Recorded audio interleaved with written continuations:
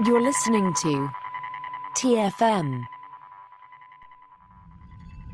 Want to join in the conversation and share your thoughts on this episode? Join the Babel Conference, our listeners' discussion group on Facebook. Just type BABEL into the Facebook search field, and we'll look forward to seeing you there. Hey everyone, I'm Rod Roddenberry, and you're listening to Trek.fm.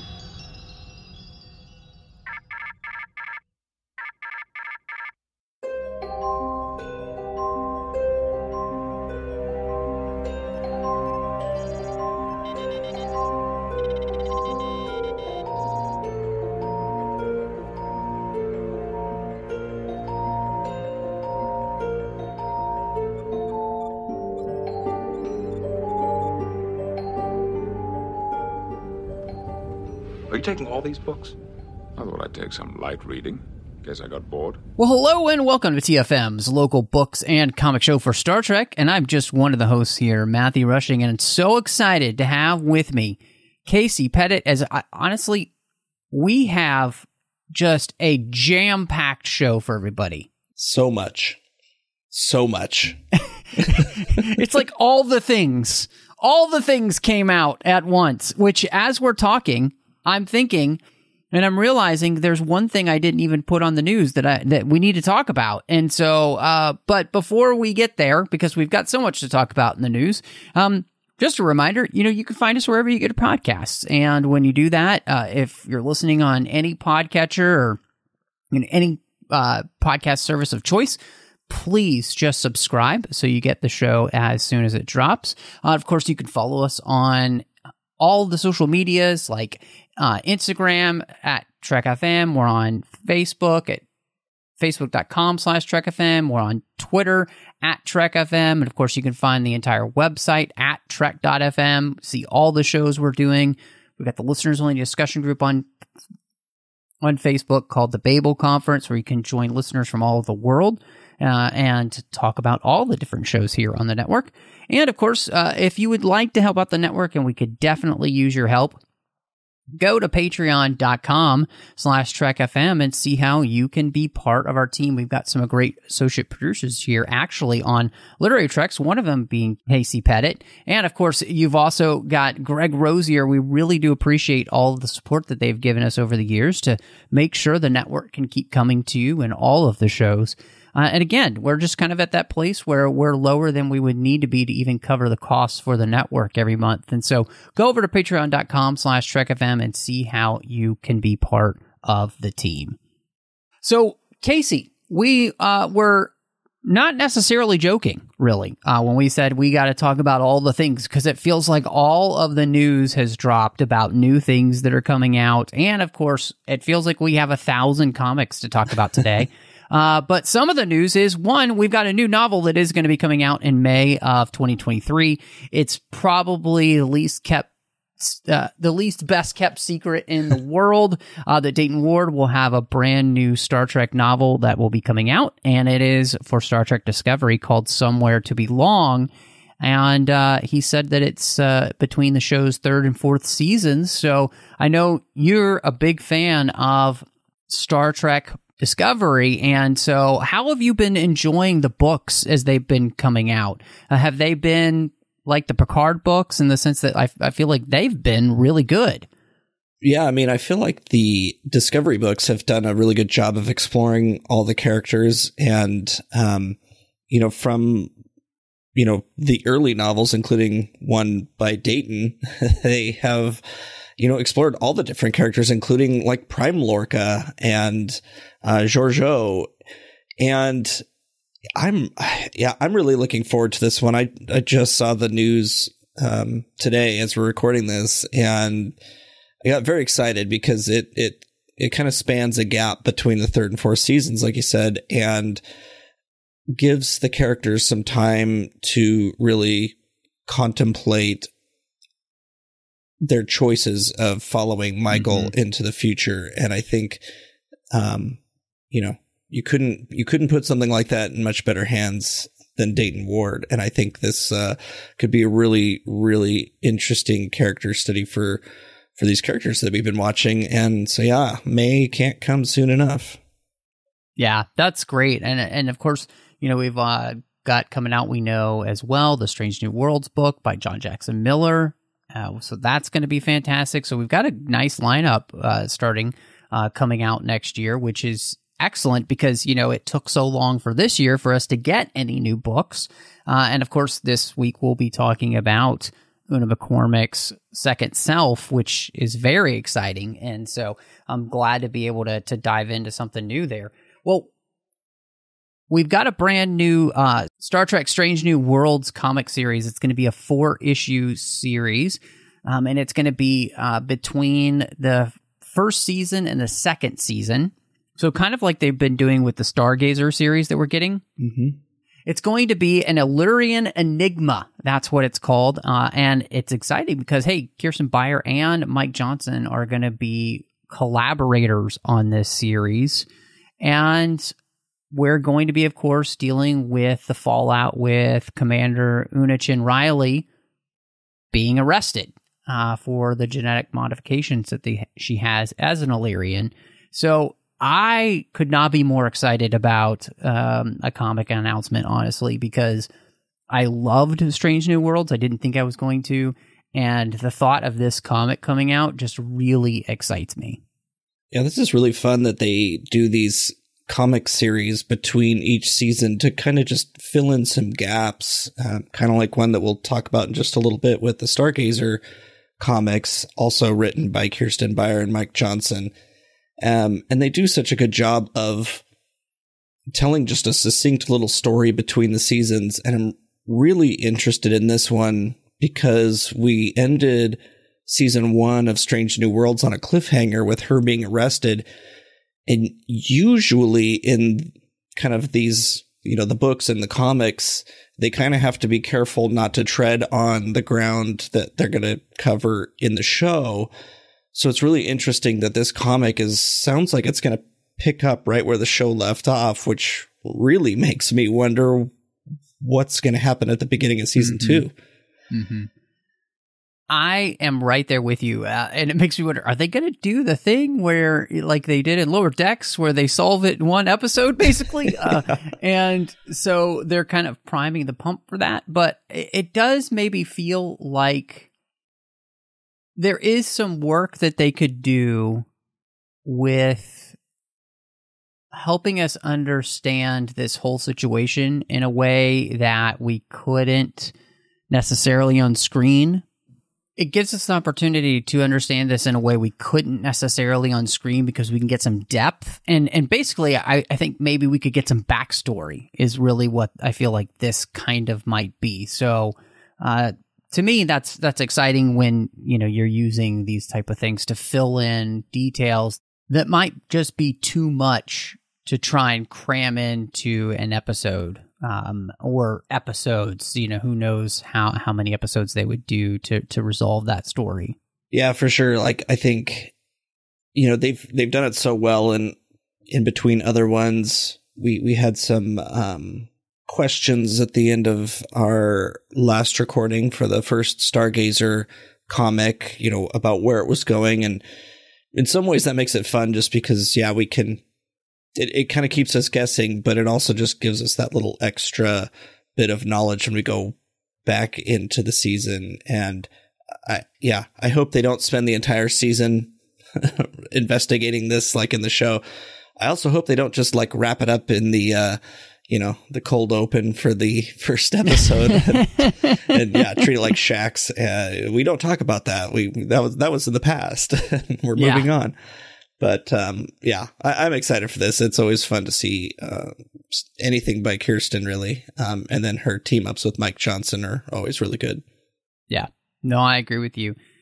Well, another big comic announcement that just came out that starting in March 2023, we're going to be in an ongoing series called Star Trek Defiant, which follows Worf and a hand-picked crew like Spock, B'Elanna Torres, and Lore, and much more, and as they face down a galaxy-spanning threat, shocker, and this one's called Defiant. And so, we've all now seen the Picard trailer And so I'm wondering if this is basically going to help fill in a bunch of the behind the scenes for that series, where they're going to have this as a way to help us understand where characters are and how they got there, so that by the time we get to that, we'll have seen the season almost by the time this comes out, or at least part of it. That they're going to use this as one of the ways to fill in, especially for a character like Worf, who we know has quite a few changes coming. And so, this is fascinating to me. And, love Worf, love the Defiant, love B'Elanna, Spock, not so much lore, but this looks very interesting to me. Yeah, and the on the cover image, it looks maybe like Ro. It's hard to tell. It looks like Ro. At least that's it is what I see as well when I look at that. It doesn't look like B'Elanna, which is kind of strange. Yeah. But that would be cool too to have her as a character. I don't know why. She wouldn't be one. She's definitely someone who could pop up in a series like this. So that to me is also kind of fantastic. I'm very interested in this series, though. A little trepidatious, but especially if it's been a long time since we've judged a book by its cover. When I was first scrolling through the show notes here and saw the cover, it reminded me of like an old 90s computer game or something, just especially lore. He doesn't look quite right, but I hope you're right that there is some sort of connection between this and the new season of Picard, especially with Worf and with lore and tying some of those things up. I think that'd be a lot of fun. Mm-hmm. Yeah, I think so too. And it does make me.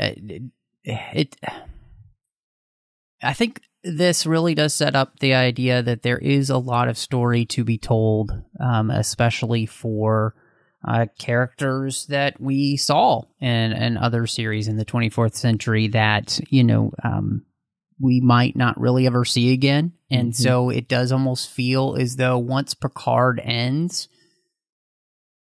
the door is open again for the Litverse to kind of take over. Because I don't think we're going to be seeing a ton of those characters again. And so, where that show ends up, I think, even the novel we're going to talk about today, Second Self, shows that there is a lot of room and a lot of story to be told between, the last time we saw the 24th century and when Picard starts and what's happening to all these other characters, that we knew from Deep Space Nine, Voyager. I mean, the list is kind of really endless of what you could do story-wise. And so a lot of doors open here, I think. And this comic series, I think, is one of those doors being opened. Absolutely. And I would say, too, just for myself, I do hope that they will go that route again. Comics are great, but I'm much more a fan personally of the novels. And so I would love for them to use this as just a free range open door. Yes. Well, I mean, especially with, and I totally agree. I much prefer the longer stories we can get in the novels, a lot more than the comics. And there's so many great authors out there, from some of our legacy Star Trek authors and some of the newer ones that have come in the last couple of years. And I think there's plenty of room to tell stories that aren't going to step on the toes of any current or potentially even future shows. And I know that, like, Dayton described it in his blog post when announcing his new book, about supply chain issues with paper and everything. And, give us ebooks. Maybe I know that those don't generally sell as well as paper books, but maybe give us some novellas. Like, they've done that in the past. Give newer authors a platform. I think that'd be a lot of fun. And there's so many more stories that could be told. Yes. 100%. Well, and that, I think, is a great way to lead us into our first comic review, Stargazer number 2. And, we had a ton to say about Stargazer number 1, about how we felt like it fit and everything. And, there are I'll just reference right away, there's still a couple of issues there. Picard talks about needing to scratch an itch, I guess, to get back into space, which I still feel like doesn't feel like him after season 2. But, otherwise, we know that Seven is going to end up in Starfleet because we've seen the trailer of her on the Titan A. And so I got to ask you, how did you end up liking this issue? Did you feel like it felt better kind of knowing some of those things and what's coming? So now we can just kind of focus on, okay, this is showing us then how we get there. Yeah, for sure. I think when we'd read the first one, we'd seen maybe just the character reveals for season 3. And so I think we could kind of see Seven in a Starfleet uniform, but it wasn't real clear. And now we know. And I do think that has helped put a little perspective for me in this story, because I could kind of step back and say, okay, after the last season, she went back to the Fenris Rangers because she's still maybe struggling with her place in the universe. And wanting to help people outside of the confines of Starfleet or the Federation. And I think, if I'm not mistaken, I think there's like one more issue left of this. There might be 2, but I'm really interested to see, especially because at the end of this issue, that they haven't shown her path yet back into Starfleet. And so I'm really curious to see how we get from here to there. Yeah. And it's probably a long road, but I think it probably is. I think that there are 4 issues in this, if I remember correctly, and so I'm right there with you. I do think that actually the situation that's on this planet, Genjor 6, that we see where, the previously when Picard had been there before, that Romulan commander had a daughter with a Riemann slave there, and basically abandons that daughter and his, concubine to that planet. And then they basically bombard that planet, and it pushes everybody that were inhabitants of that planet, the actual indigenous inhabitants of that planet, underground, because they could no longer live on the surface. And then the rest of the Riemanns there just kind of eking out a living. And the Riemanns that are there, the Marauders, they call them, that have been waiting all of this time to basically find a way underground so that they can, we find out, turn the indigenous population into slaves. And so this is kind of where, we leave the issue with Picard being in this position, I think, where he's going to show Seven in the end that the Starfleet way actually can do things that the Fenris Rangers can't, because that was her whole purpose of being back with the Fenris Rangers, is because they do things that Starfleet can't. And I think Picard is going to show her with his Picard magic, we'll call it, that, Starfleet, you might think that it's hampered because of the idea of the rules and regulations, but yeah, we can pull magic out of our hats all the time. Yeah, and like we'll find out in the book for this week as well. I mean, Picard can be very persuasive. He can be persuasive with Raffi. I imagine he can be just as persuasive with Seven. Yes. And speaking of Raffi, I'm a little surprised we still haven't really gotten. I think in one brief moment in the first issue, we might have gotten a mention of Raffi, but Seven and Raffi got very close at the end of season 2. They were still they were probably even closer. And so, again, kind of looking forward to hopefully getting a little bit more backstory, since they're both going to appear in season 3 on the status of their relationship. I mean, they don't show that for nothing. The thing I also really like about this comic is kind of some focus and a little bit more intrigue with the Romulans and the Riemanns.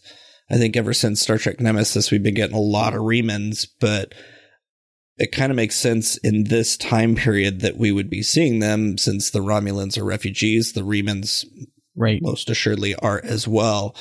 a lot of the Picard, the first novel and other comics have focused on the Romulans. And so I like seeing some more continuation with finding more, about what the Romulan, what's left of the Romulan Empire is up to in the current days. Are they still villains? In this case, clearly, at least the Remans on this planet are somewhat villainous. So,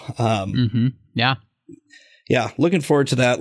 And who knows if we'll see Romulans or Remans in season 3, but we'll see. We get them in this story, though. Well, and that's another thing that happens too, is that the Romulan commander who abandoned his daughter on this planet back in the day is the one who shows up and says, basically, I'm here to claim my planet. So we have all of these different factions all vying for the same thing at the same planet. And so I think, in all honesty, we really do have an interesting story here. And like you said, I think I'm really fascinated to see the way in which this does play out, the way in which this does hopefully all connect. It's interesting because even in light of the trailer for Picard Season 3, it does again feel almost like a season that's not taking into account its previous season. So, this comic can either help with that or it can kind of continue that trend. So I'm hoping that it helps. And I'm actually hoping that season really connects more with the second season because, they wrote season 2 and 3 in conjunction with one another. So I hope that really pays off. So, but for me, I thought Stargazer 2 was, an improvement on Stargazer 1, and it does actually have my interest now. And I want to see how this plays out. And part of that is because, I want that setup for the third season of Picard, since this is supposedly the final journey of this crew now. Yeah.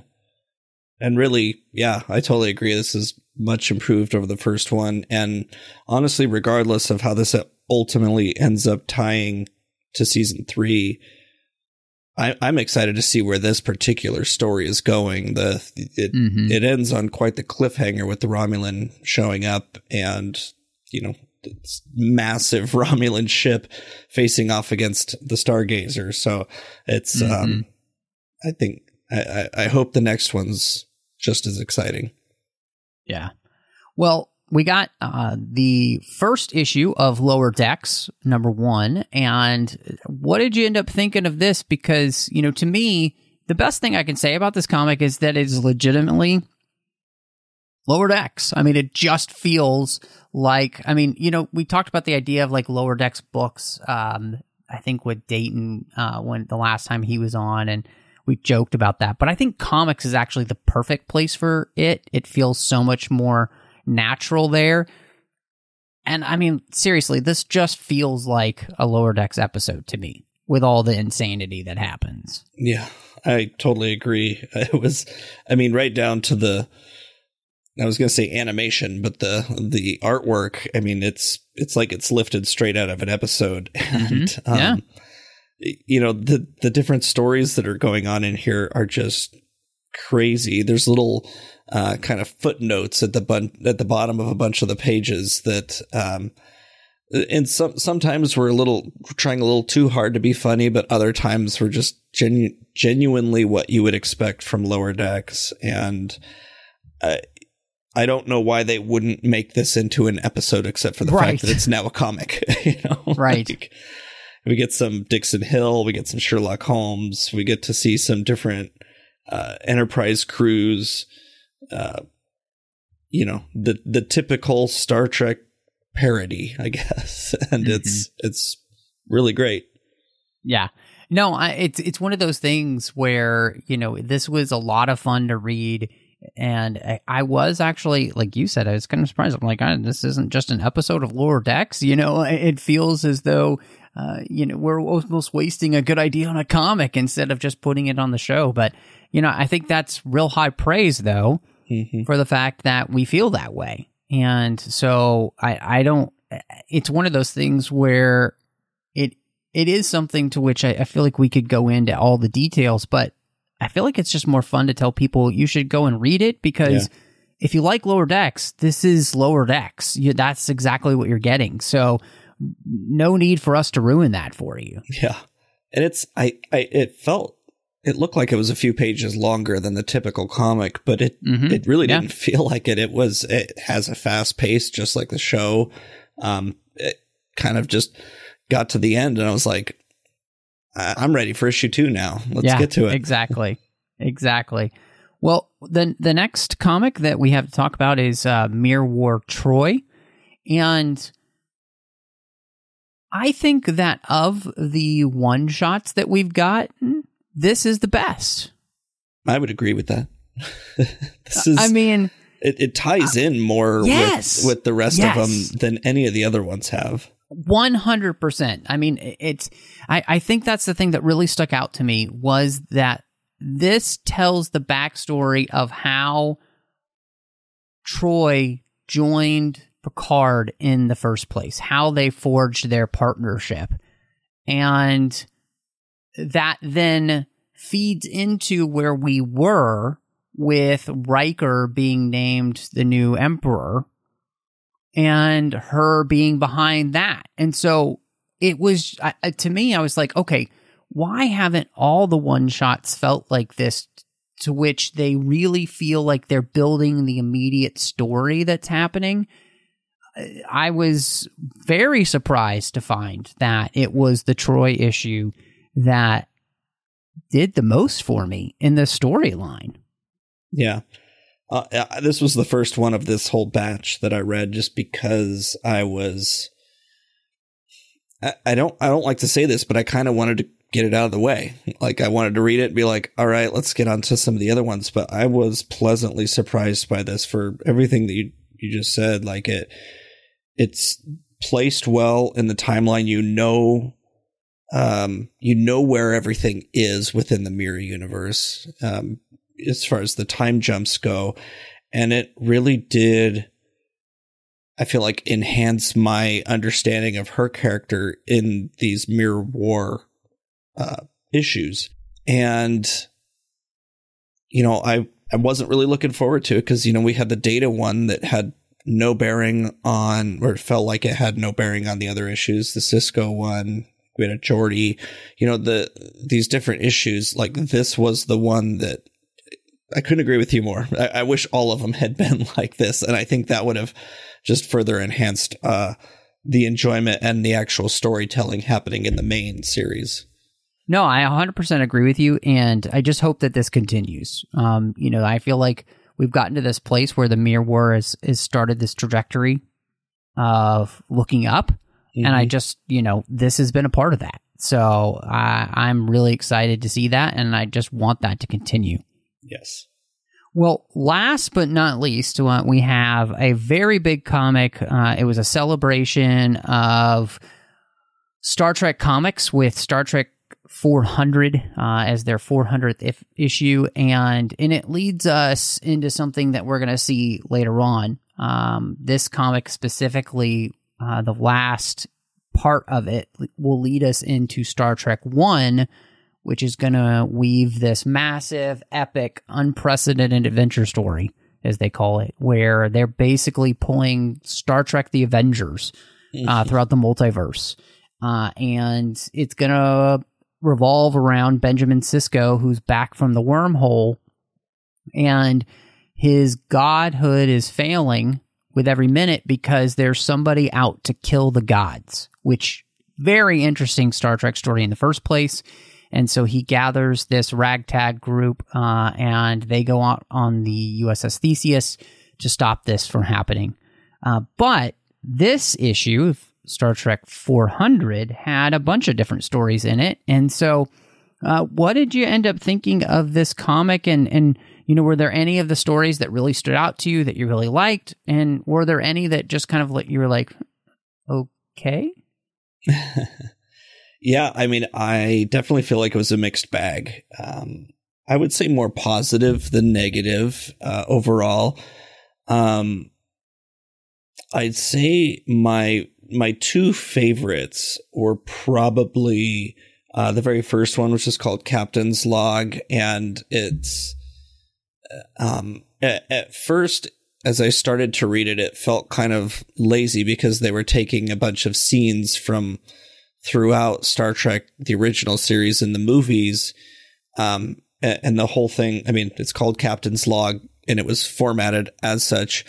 And by the time you get to the end of the story, the whole time you kind of believe that it's Kirk's log entry, but it turns out to be Sulu's log entry, and it's kind of almost like an homage log entry to Kirk and his time and his learning from that captain and the time with his crew. And by the time I got to the end of it, I really appreciated it, just how well, kind of the turn when it's revealed it's actually Captain Sulu's log entry, kind of from the end of Star Trek 6. Actually, I think it's from even after that, because I think he said it's his final mission. It's Sulu's final mission, essentially. But I just thought it was a really kind of touching kind of tribute story to that crew. And the other one I really liked was A Matter of Choice, which was actually written by Will Wheaton, and it's adult Wesley the Traveler, as we saw him at the end of season 2 of Picard, and it actually ends, the story ends with that scene where he's going to meet Corey. And just kind of a really interesting kind of idea of what Wesley's life was like when he became a traveler, told by Will Wheaton himself. So I thought that was a really neat choice to be able to have him tell that story himself, since he is that character. Yeah. No, I agree with you on all the standouts, I think. And obviously, you have the one at the end with Mitchell, which leads into Star Trek 1. And of course, he's one of the godlike characters he is the godlike character who we see first die. So that sets up that storyline, which I think is great and very intriguing. And so, I can't really add anything to what you said there. I think the one that I was just kind of most confused on, and it was the Soldier On with O'Brien, where he was on the Rutledge during the Cardassian Wars. And I thought that was such a great opportunity to be able to fill in that time period, but it felt squandered to me. It just... the whole idea of, them being soldiers at this time period and not really being what they were wanting to be, and then tying that in with, like, Garak somehow and Tane and them, it all just didn't seem to fit as well as they wanted it to. And it almost just felt like a story that needed more time to be really fleshed out. And of course, you can't get that when, you're having these little vignettes.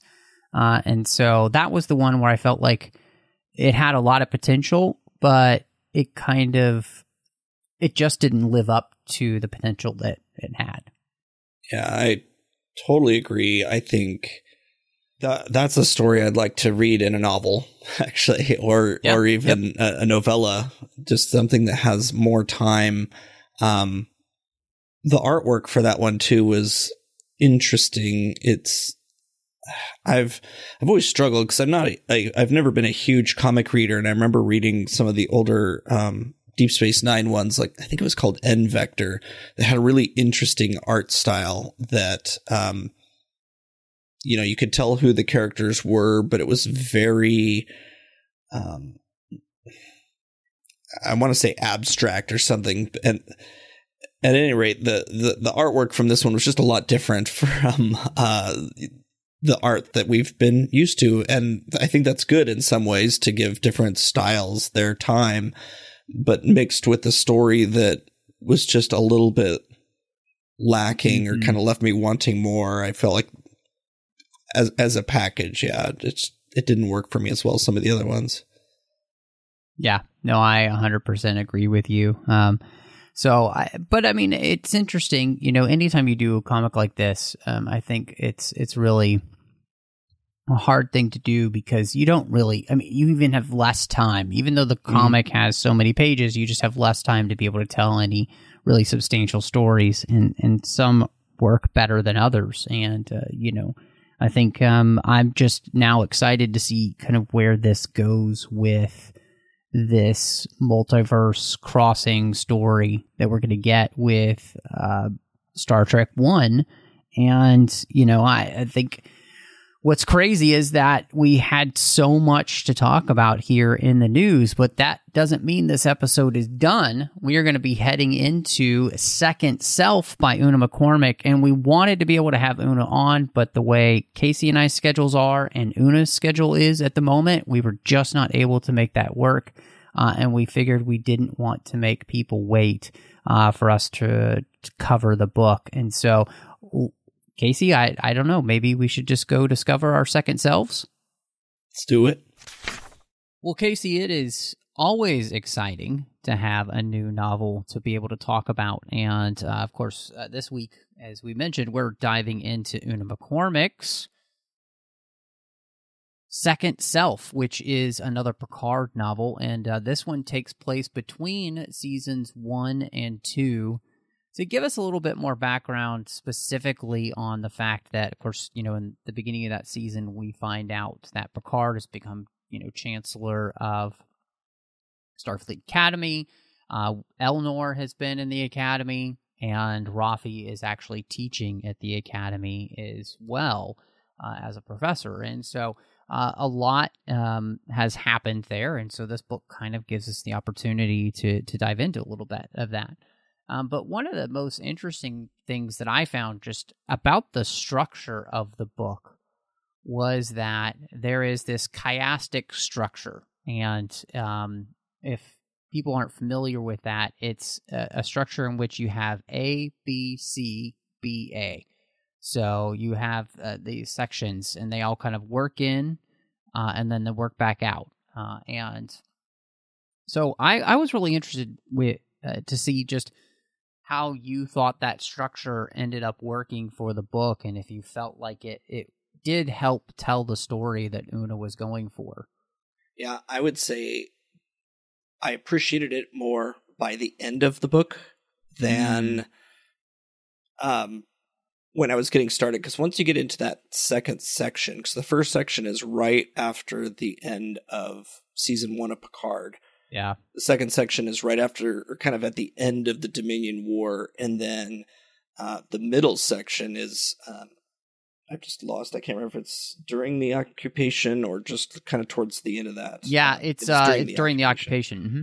Yeah. And I think as I was going through it, once I got to that kind of middle section, I was at that point kind of wishing it was maybe a little bit more interspersed. But by the time that we get some reveals kind of, part of the way through the book, especially in that middle section, and then as you come back out through the B and the A section again, it ties out so well. And I'm actually glad that it was in the order that it was in, because I think if it had been mixed up, we have a lot of books with time jumps all over the place. Every couple chapters we're moving backward or forward. This one kept each part of the stories very succinct, and the biggest difficulty I had is when I got back to that A section at the very end. I kind of forgot where we had left off. Right. But it really doesn't take much time to get back into it. So I like I said, I was a little unsure at first, but by the end, I was totally sold on this structure for sure. Yeah, I think you made some really good points, and I felt the same way as I was reading through the book, because we kept jumping between time periods in the sense that, we start here and then, we go backwards in time and then we go further backwards in time, and then we kind of move forward in time again and then back to the present. And it almost felt like in Starship Troopers when they're like, would you like to know more? And so each point where the time jumps backwards, it's almost as if we hit the button, would you like to know more about the story, the background of the story, and then we do it again, and then we move, back to that previous time period and then back to the present. And like you said, by the end of the book, it really does come together and it makes a lot of sense. And in fact, I would say that by the end of the book, you're just appreciating those other sections even more because they make more sense. And you're thinking back and you're kind of like piecing things back together and, figuring out how it all works. And it is a little timey-wimey. It's kind of a, almost a Doctor Who-ish type thing because of where we actually end up with how the story connects and why it all connects, which I did not see coming, so I think that was a nice thing as well. And in all, I was actually just really impressed by how each section all plays together. And again, when we get to the end, it does feel like it's been worth the journey that Una's taking us on. Yeah, and I mean, it's really worth a really quick reread again. I feel like just knowing now how the story ends, and then I kind of want to go back and see maybe what I had missed because I wasn't paying as much attention because I didn't think something was as important as maybe it was later. And I think, it was a pretty masterful way of telling the story that really wove everything together. And I thought she did a really great job with it. Yeah, no, I agree with you. And it was one of those things too, where it's unexpected. And many times I think, creative storytelling like this leads you to be more interested than maybe more of a straightforward type of story. And part of that is just because you're drawn in. You're like, okay, what are we doing here? Why are we going back here? And who are these characters? And why do they matter? And then, when you start to figure those things out, those light bulbs begin to go off. And it just makes for an exciting reading experience, and it keeps you wanting to turn the page. So I think all in all, it ends up working really, really well. And I ended up really enjoying the fact that the story was told like that.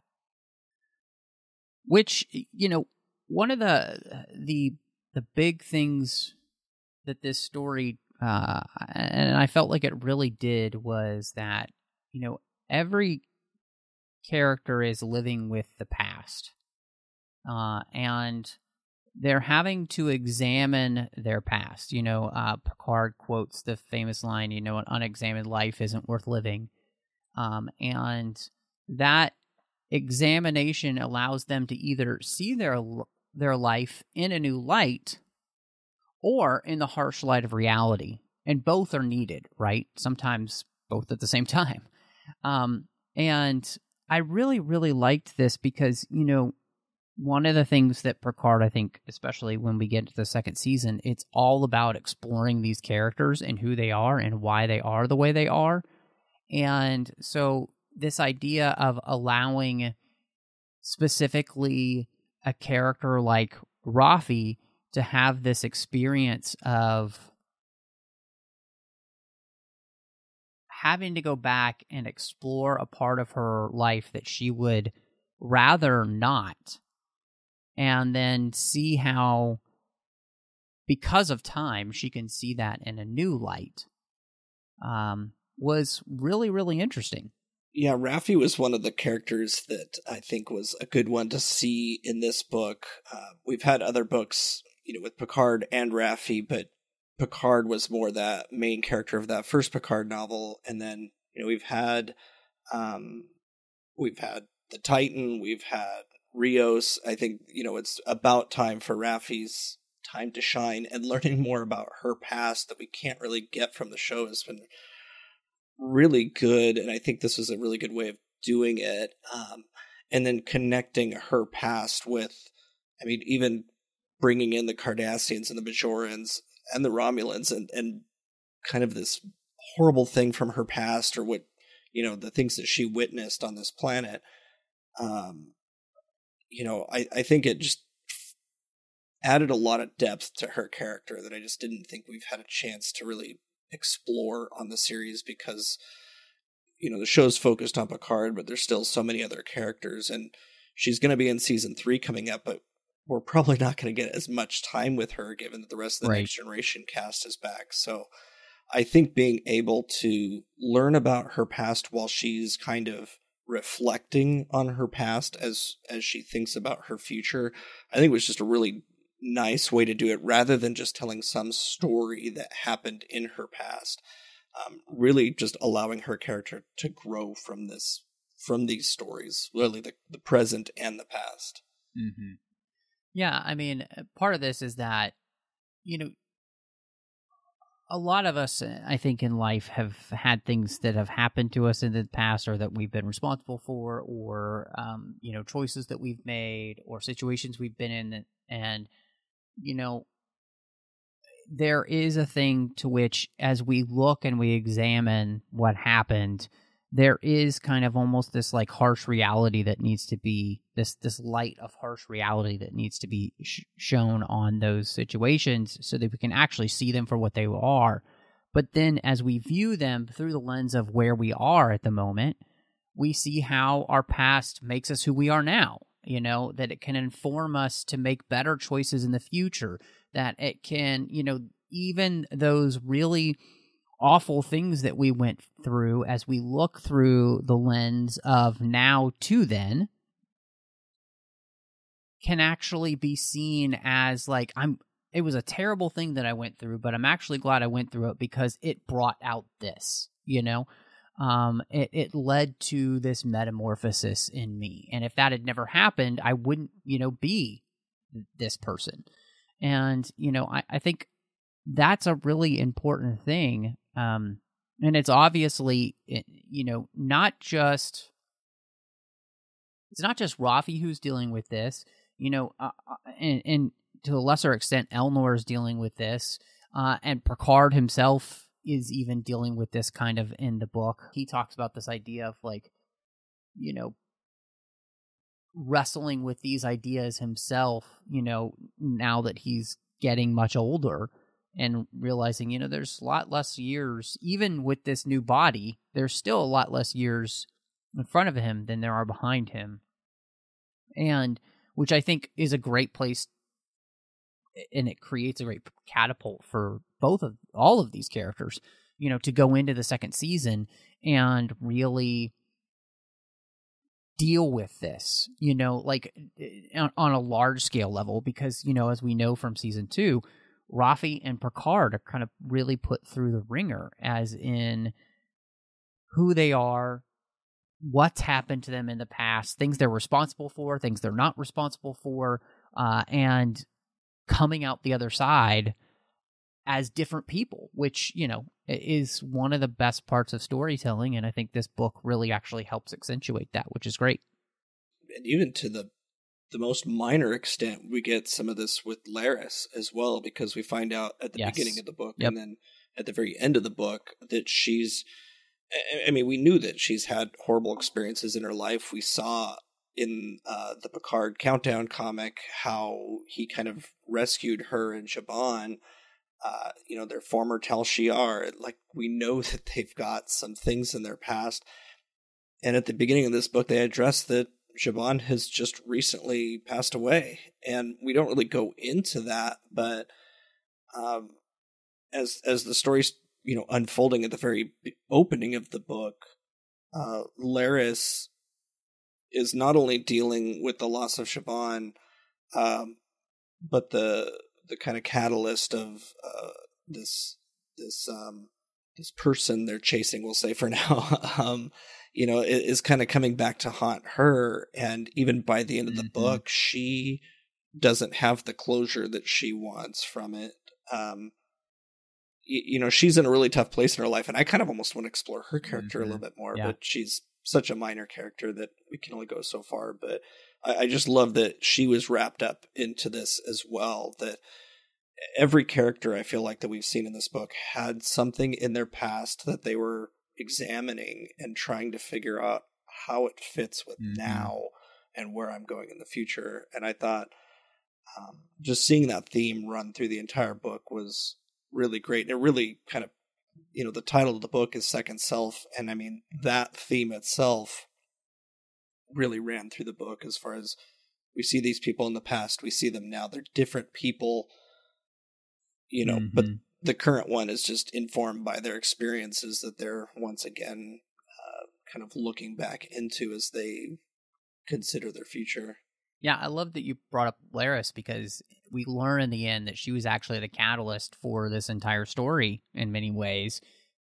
She's the one who has Picard reach out to Raffi in the first place, which Raffi never knows until the end of the book, which I think is really, really interesting. But it also brings them closer together as people, which I'm with you. I mean, we're due for a Laris book, I feel like, especially depending on where season 3 of Picard goes. So, again, this whole idea was really fascinating, and I think it was so close to the human experience, which is we all have to go through this as we get older, especially because these things happen in our lives, and we do have to examine them, and really, it's the examination that keeps us from being people who just get into like victimhood mentality or bitterness or any of those type of things, because it's the people who are willing to examine that you can actually work through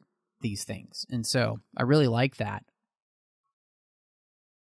And then kind of with this, the idea of history itself, and we have a character talk about how, history is a never-ending cycle of violence and hate, and it falls to us to decide whether or not to be part of it or to prevent it. And in the end, they say that sacrifice is the way that these cycles of history are broken. And, it was really interesting because, for Star Trek, it's this kind of humanist mentality where, things are supposedly getting better, where as we evolve, we get better and better. But I mean, even when we look at Star Trek itself, like the Q are like some of the most evolved people in the galaxy, and yet they're just as petty, just as like bored, just as kind of like violence-inducing, hate-filled people that we can see, right? And so I really loved this idea because in the end, sacrifice is the idea of sacrificial love, right? You're willing to lay your life down for others. You're willing to lay yourself down for others, and that, yeah, that's the only way you can break these cycles of history is by being sacrificial towards one another, otherwise, you do just kind of end in this never-ending cycle of kind of violence or hate or bigotry or, all these things that we see. And I think I was just really blown away, but I loved that section of the book. And,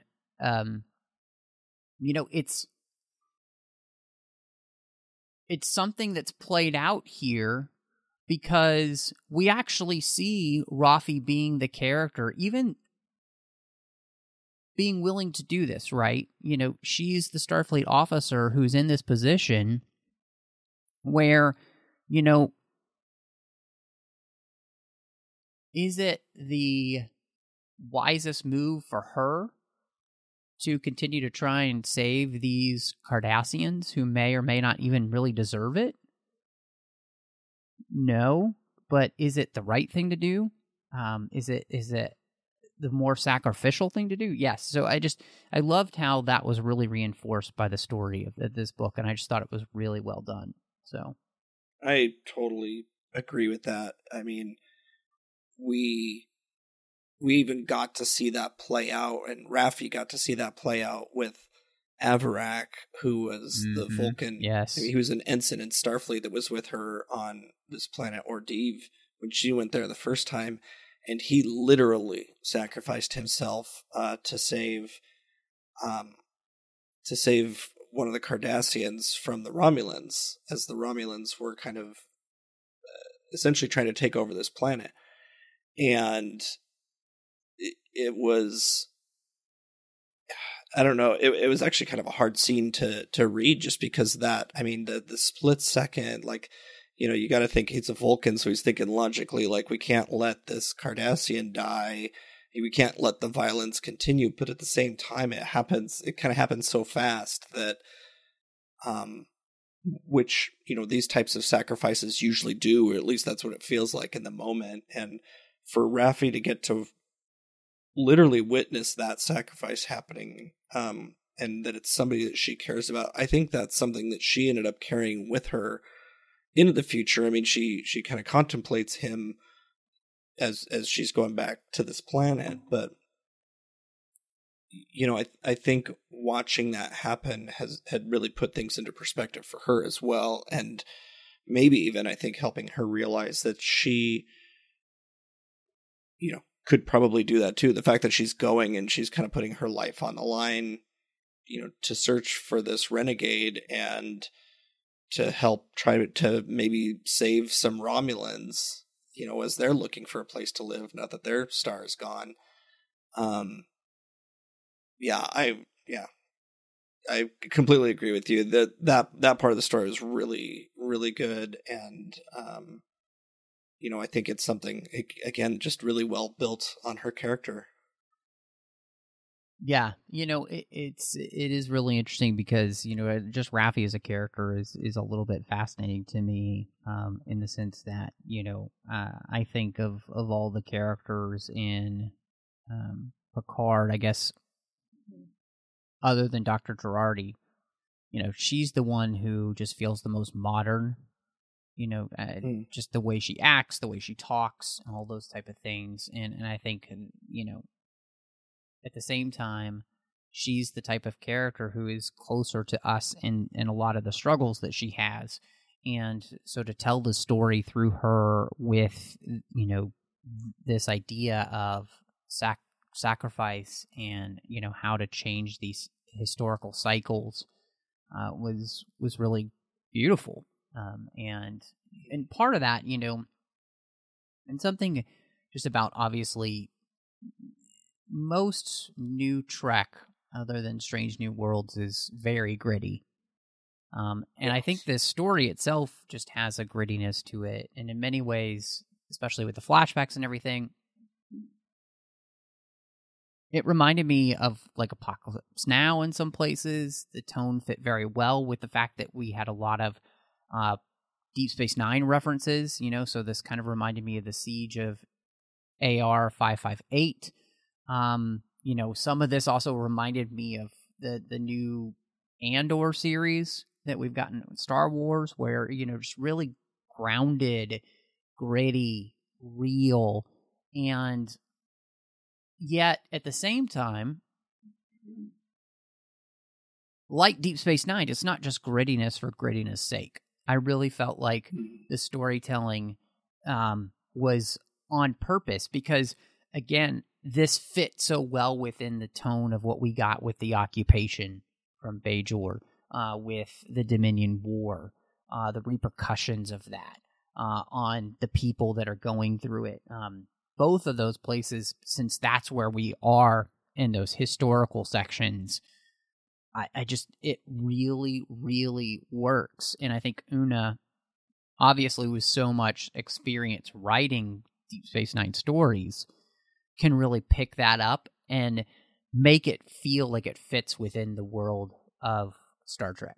I like what you said about, you know, being gritty, but not just for gritty's sake. You know, this really does feel more grounded.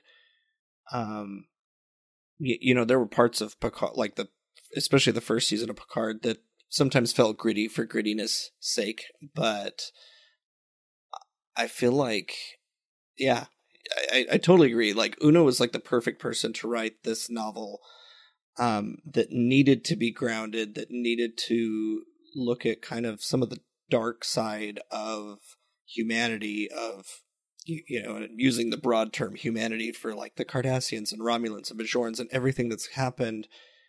And I think that did so well with bringing kind of a Star Trek message into it as well. It's not just a war story. It's not just, you know, battles, and there's a lot of F words in this book, but you know, for the most part, there was some pretty well placed ones, but at the same time, it got across the characters' feelings. It wasn't just laced with profanity. I think on my iPad, I was able to count there was like 18 F words or some derivation. So really, it's not that many, but it was enough to get the point across. And they were in kind of high impact, high emotion scenes. And I feel like it just made it feel more real. And, you know, to me as a reader, as a viewer of Star Trek, I don't really mind the profanity as long as they don't go overboard like they have in, say, Discovery. But yeah, the feel of this book fits so well in the Picard universe and in the Deep Space Nine universe. I think this would have been a hard story to tell back in the TNG days, or, you know, on something like Voyager. I just think that this is the right story. It was like the tone of it and everything was just dark enough, but with just enough light to be able to really get something out of it. Yeah, I'm gonna comment real quickly. I don't like when aliens use our profanity. It doesn't make sense to me. So, you know, when Cardassians or Romulans or whatever are using the F word, it just doesn't feel real. Because it's like they would have their own words for that, you know. Yes. And they wouldn't necessarily be the same type of words that we would consider curse words because they're completely different culture, right? And right. So I don't like that. I don't necessarily mind. I think it's okay, you know, for there to be that in, you know, Star Trek. But and especially for a character like Rafi, you know, that's just kind of who she is. So I don't really feel like that's everyone in Starfleet or even in this, you know, time period. But there are certain people who kind of revert to those type of, you know, verbal usages. Colorful metaphors. Yeah, colorful metaphors, exactly. So yeah. But no, I think the rest of what you said is just like, 100%. And I think, you know, too, this is also where in that kind of grittiness and realness, you know, this is where Elnor, we're seeing the progression of him as a character where he's having to learn with the complexity of life, which, you know, he grew up and it's a very black and white world. You only tell the truth, right? And figuring out the shades of gray, and not the TNG clip show, but, you know, the actual just the shades of life, which are very hard to deal with, right? Like life is not easy to understand. It's not one side or the other always. There are some times when that's the case, but there are also other times when it's not. And, you know, that is part of that, I think, almost Deep Space Nine influence on, you know, Star Trek and especially the Picard series. I think, you know, I don't think Picard as a series would exist without the fact that Deep Space Nine pushed some of those boundaries in the first place. And Elnor's learning that, right, in this book, which is obviously what helped set him up for season 2 of Picard. And I thought that was really well done in that. So yeah, Elnor is one of those characters that seems like he was created as, you know, kind of the Spock or the Data or the character that's just trying to learn about humanity. And it seemed a little dangerous for them to, it felt like they could have written him into a corner by, you know, with this absolute candor thing. But I feel like, especially as season 2 went on, we only got him a little bit in season 2, but Una did a really good job in this book with his voice. Like, I can hear Elnor in how he talks, the mistakes he makes by just thinking of absolute candor as more of a just speak what's on your mind. You know, he sees withholding information as lying, and it was interesting watching him grow. He's a character that I don't want to say I don't like him, but he's not one of my favorite characters, and I think it's just because we haven't really gotten much from him of either season of Picard. But I think he was used to really good effect in this story, because he's kind of that kind of diamond that's diamond in a rough, but he's not rough. It's everything around him that's rough, and trying to, you know, just like you said, trying to figure out this complexity of life, like about, you know, how do you tell somebody that sometimes you have to lie, you know, to spare somebody's feelings, or to you know, not play your hand, you know. He's learning that, and, you know, unfortunately, since I don't think he's going to be in season 3 of Picard, we're not going to really get to explore it much further. So part of me feels like some of this development was a little bit for nothing, but I am glad that he was here in this story with Raffi, because he really was kind of a little bit of a light within the grittiness. No, yeah, I couldn't agree with you more on that. I think you're absolutely right, and I do feel like that. You know, he is not my favorite character either, and I think part of that is that he's a representation of season 1 trying to do way too many things and not necessarily doing anything very well. Just my opinion of that first season. But then I think they used him to much better effect in season 2. And here I felt like at least his character growth in this book fit with where we were going for season 2, which, you know, this is meant to be that you know, a bridge. So I think they did that well. So we've been dancing around this the whole time. And it's been a fun dance, but I think it's finally time to talk about plain, simple Garak and the fact that he is actually a Cardassian that we're after. And he's the Cardassian who is responsible for Jean's death. He is the Cardassian who had been at Ordev and had been responsible for some of the atrocities that happened there, a lot of them, in his time with the Obsidian Order. And so first, just let's start there, because there's a bunch to talk about with his character, but how did you feel when you realized that that's who we were talking about? Well, kind of in hindsight, felt a little ridiculous that I didn't figure that out right away, given that Una McCormick was the author of this book, and she's known for her love of Garak. I think I was very nervous, because Garak is hands down my favorite character from Deep Space Nine. Just the mystery around Garak. Is he a good guy? Is he a bad guy? What is he up to? And I think, you know, once they revealed that it was Garak, I thought, oh no, they're either gonna turn him all the way bad, and we're gonna find out he is just this evil person all along, or, you know, something's going to happen and he's going to die this horrible death, or, you know, get put in a prison somewhere, and we're just not going to get anything good. And I mean, I should have known better with Una writing the book, but I have to say my first reaction was I was very nervous about what they were going to do to this character.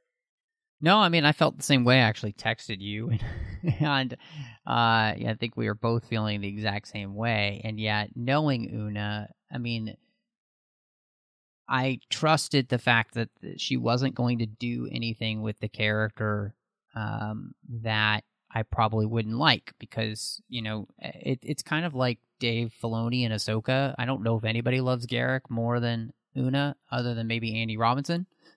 So, and therefore, what she does with this character, I thought was really interesting because, obviously, one of the places that we went in the old lit verse is that, Garak becomes the ambassador to the Federation, and he finally becomes Castellan of, Cardassia. But in some ways, I feel like where she took Garak in this book really came down to that idea of what she was digging at with that conversation of sacrifice. And what you're willing to do, because the storyline ends up being that Garak becomes the person that ends up saving everything because we get a new orb, and it's the orb of restitution. And there's this kind of almost like circular thing where, he's there because the orb's in him back, he's there, and it's timey-wimey, it's prophet stuff. But he turns out to be the Bajoran Vedic at the temple there. And he's the one who saves the orb in the first place because of all this timey-wiminess. And he's going to die on that planet. And so he basically goes back in time to save these Bajorans from himself. Being able to make restitution for his choices. And it's this obviously very beautiful thing, and it's this, real, as Deep Space Nine usually is, a very spiritual type of story, the idea of redemption, finding redemption in this way. And it's just, to have this character end up in that place, and basically, I think where we end up with Garak is, yes, he's dead, but I think in many ways Garak is able to find peace in a way that even in the old lit verse he was never able to, because he truly does sacrifice himself for others, and there's no way out of it. And I like that a lot for this character. I think it makes him an even stronger character in the end, because of the choice he makes. It makes an even more heroic character in the end, which is pretty awesome. So, yeah, I completely agree. He is so much more the hero now than he ever was. He's also so much more the villain now than he ever was either, because we had so much kind of double talk during Deep Space Nine, because he could never give a straight answer, and we could never totally learn about his past. One thing we did know about him is he wanted so much to be successful in the eyes of his father, who was the head of the Obsidian Order, and we see some of that throughout this book, that he's just doing everything he can to get some praise for what he's doing, or to prove himself. And part of that happens in the scenes during the occupation where, and I actually thought, like, kind of in hindsight, once we had the reveal that he was the old Vedic in that town, thinking that as he wasn't even Garak, I can't remember his name, it was Mas Garrett or something like that. It was, he was kind of the persona when he was in charge of on this planet, and he actually went to the Bajoran temple, met with the Vedic, and then ordered it burned down and all of the people killed. But then he was kind of freaking out because he couldn't find the Vedic. He wanted to find the Vedic, and then but we also saw a glimpse of future Garak there when the child comes up to him and he tells the child to run away, get away. Like he basically saved the kids. Young Garak did. And so seeing him doing these evil things, but then knowing that the older version of Garak was there to help try to make peace, like save some people, find restitution. I love the line when he before he has the orb experience and goes back to that time. He tells the Bajorans in the town, like, I'm afraid that given the chance to do this all over again, I would do exactly the same thing over again. Yep. And the Bajoran tells him, I'm sure you would, or at least that younger version of you would, but I don't think you will now. Right. And I think that spoke volumes to who Garak has been through his life. He's led quite a variety of lives, really, as we find out. He has taken on many identities, and the older, wizened Garak that we've come to know, and even the similar one to the one that we saw at the end of Deep Space Nine, is the one that I really find to be my favorite. The one who is a hero, the one who does things for Cardassia, but also wants to do the right thing. So I think that's where I feel like we've really done right by Garak, or Una's done right by Garak with this book. Well, this also connects with that story of examining your life. And I think what we see here, especially with that conversation you mentioned with the Bajorans before he goes back, Garak has been able to see his life in the harsh light of reality, but he can also see it in a new light by making this choice. That all of these things have led him to being the person who will actually make this choice instead of the other choice. And I think, again, that's something that's so beautiful. I mean, it kind of goes back to, the quote from Harry Potter, where Dumbledore tells Harry, it's our choices that make us who we are. And, that's the only way we can judge others and ourselves, is by the choices they make.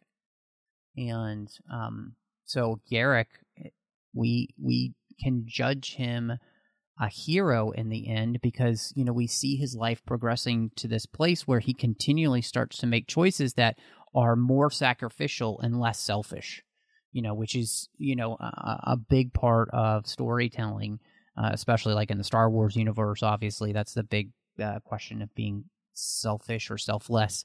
But that's also the story that we see in a lot of storytelling. So I think, getting plain simple Garak here in the story to kind of wrap him up, it's interesting too, because by them doing this, it seems pretty obvious that this is something that they'll never touch, in other places. So, but I think as we talked about in the comic section, it really feels like there's going to be a lot of places for books to be able to pick back up again, because Picard hasn't touched a lot of things. And so, depending on what else they're going to do, I feel like that's going to continue. And so, one of the themes of the book became this idea of hope. And in the very gritty section of the book, we see how people have no hope on Ordev. They're addicted to this drug, the Crimson Shadow, and because they just don't feel like they have anything to have hope in. It feels hopeless as a situation. And, it really asks the question of, okay, when people believe the world to be ending, or what do we turn to? What do we have our faith in? And there's even a quote in the book about how the idea that the Cardassians were really wanting to be the people of the prophets. They didn't just come to Bajor looking basically for resources and slaves, but they were looking for something deeper, and that all their smug superiority and rationalism just weren't enough, really.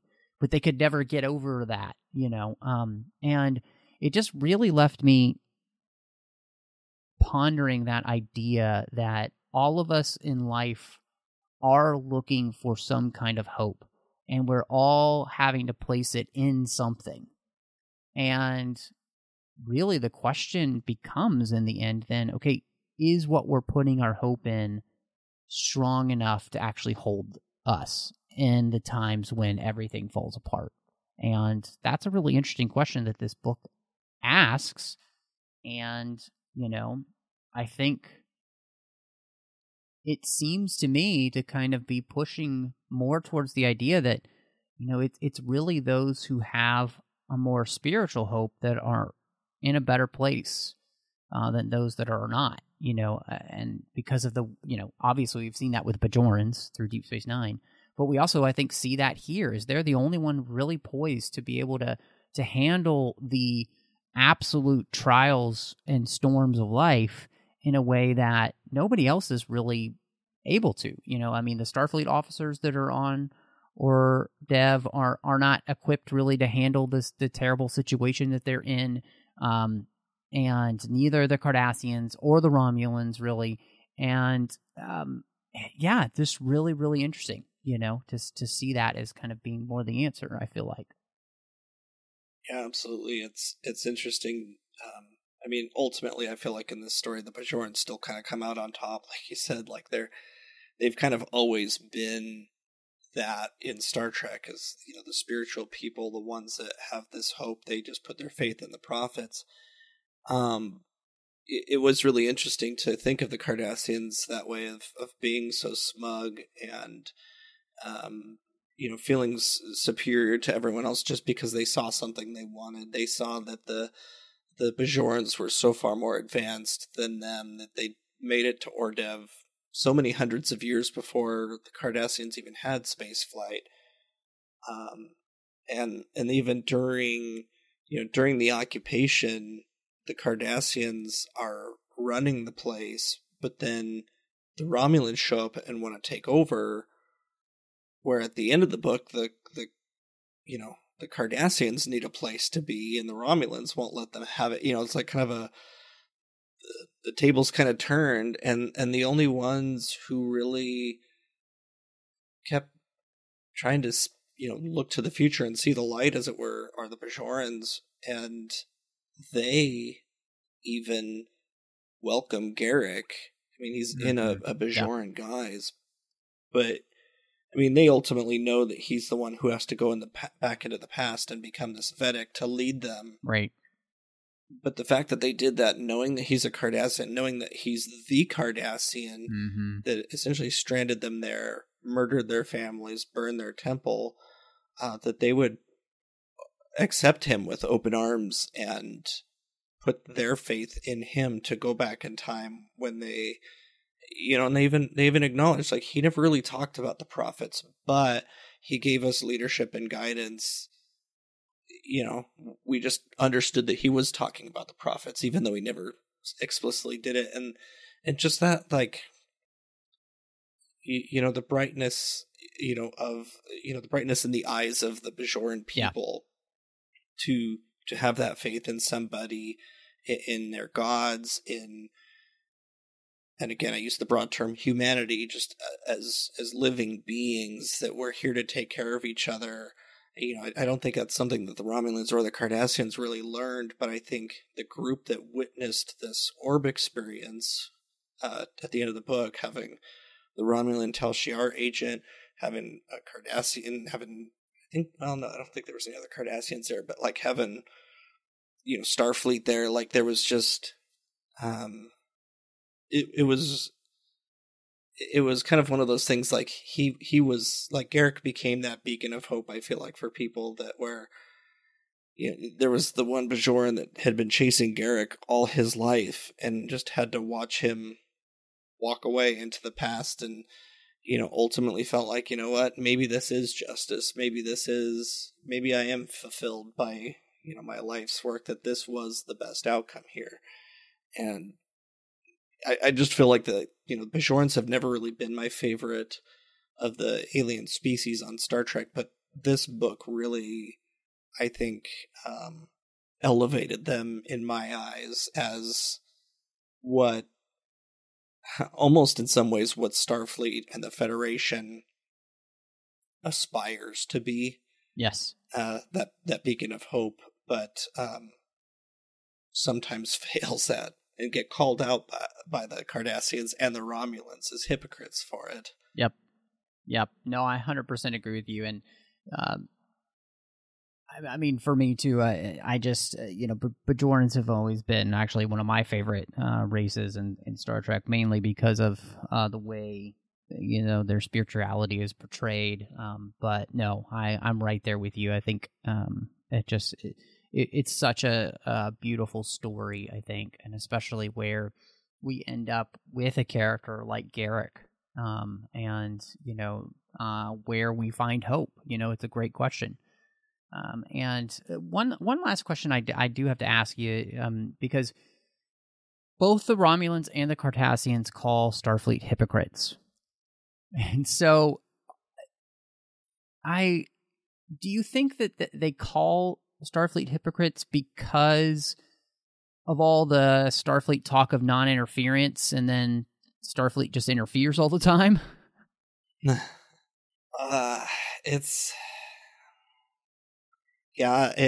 was kind of hard reading those, because at some level I would kind of agree, because they talk all this non-interference, then interfere all the time, but then there's other times where somebody asks them to interfere and they're like, oh no, we can't get involved in these internal affairs.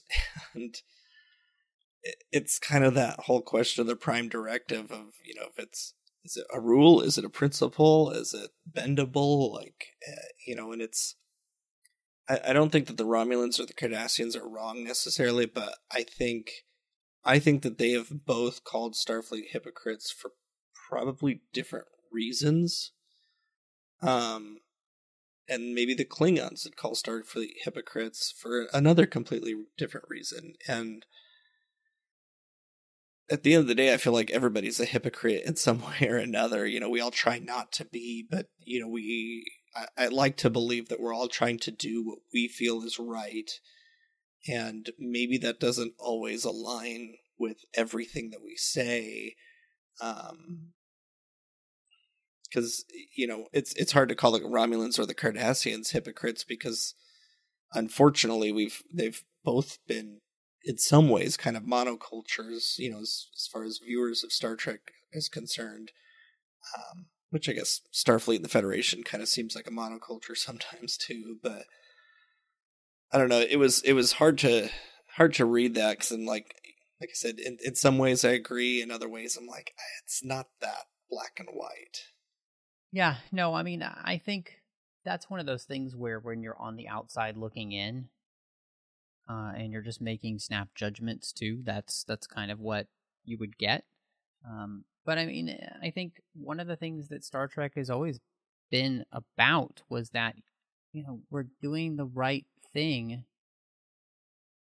and we do what is right when it's right, regardless of the cost, and maybe even at the expense of our own rules sometimes, because we got to do the right thing, And so, yeah, it was just an interesting thing that happened in the book, and them getting called out. I don't necessarily put a ton of stock into the Romulans or the Cardassians calling Starfleet hypocrites, because I think, especially when it happens, they are kind of digging at Starfleet in those situations on purpose, and almost trying to get a rise out of people.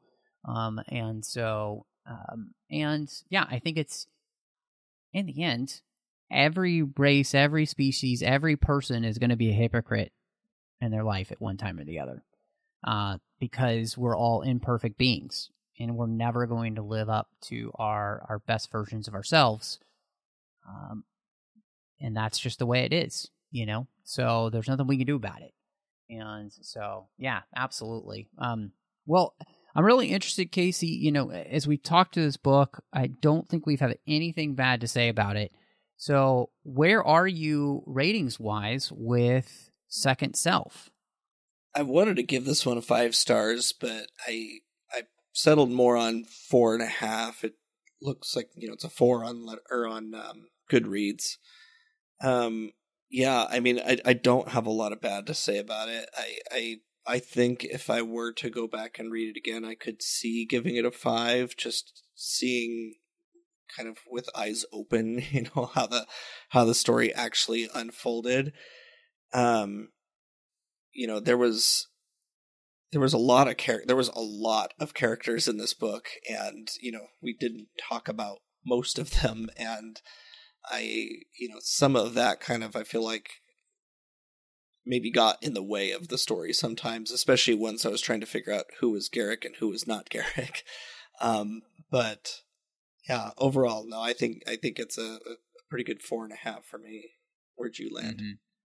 Yeah, I think I landed at a 4 with the book, and for most of the reasons I think that you mentioned. I did also, I think on Hors Dev, there's the valley to which nobody goes into, and that seemed to me just to be a little bit strange, that for so long nobody goes into this valley.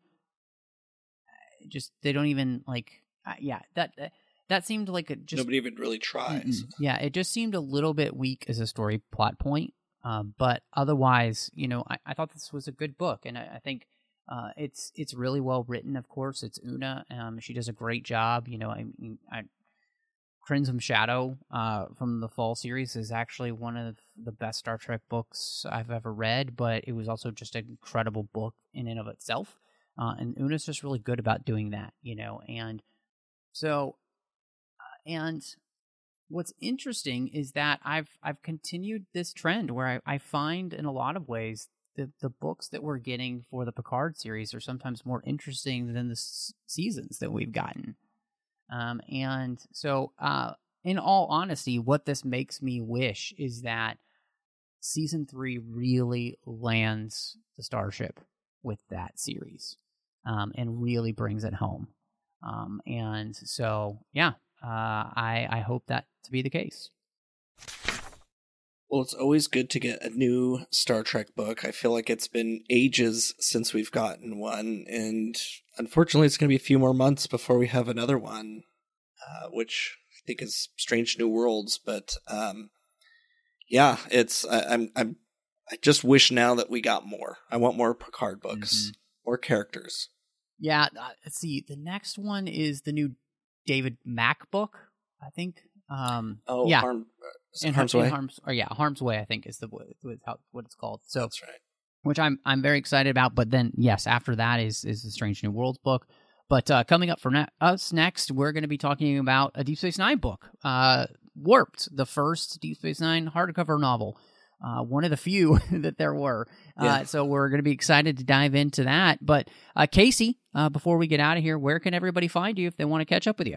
Yeah, you can find me on social media at Knitting Trekkie. I'm on Letterboxd, Goodreads, Twitter, Instagram. I'm also on Facebook in the Babel Conference, and I'm also on another podcast called Mickey's Marvels, where we talk about almost everything under the Disney umbrella, which includes Star Wars and Marvel. So we're probably going to talk about She-Hulk at some point. We'll talk about Andor at some point, and everything else that's coming. So awesome. Well, you can find me all over social media. MattRushing02, so Twitter, Instagram, Letterboxd, and Vero. You can follow me in any of those places under that same name. Of course, I'm here on the network in the 602 Club, talking about all of our fandoms that we love, not just one. Of course, you got Snyder Cuts and Assembling Avengers in that same feed. Also doing The Orb about Star Trek Deep Space Nine, Warp 5 about Star Trek Enterprise, Saddle Up about Star Trek Strange New Worlds, and The Artificial Tango about Star Trek Picard. And then you'll find me over on the Nerd Party Network with 2 shows. One is called Owl Post. I did that with Drea Kaufman. Talked about every single chapter of the Harry Potter series, one chapter at a time. And then Aggressive Negotiations, which is a Star Wars podcast, doing with the great John Mills, as we talk about Star Wars each and every week. But thank you so much for joining us. And until next time, live long and read on. What do you call that, light reading? To each his own, number one.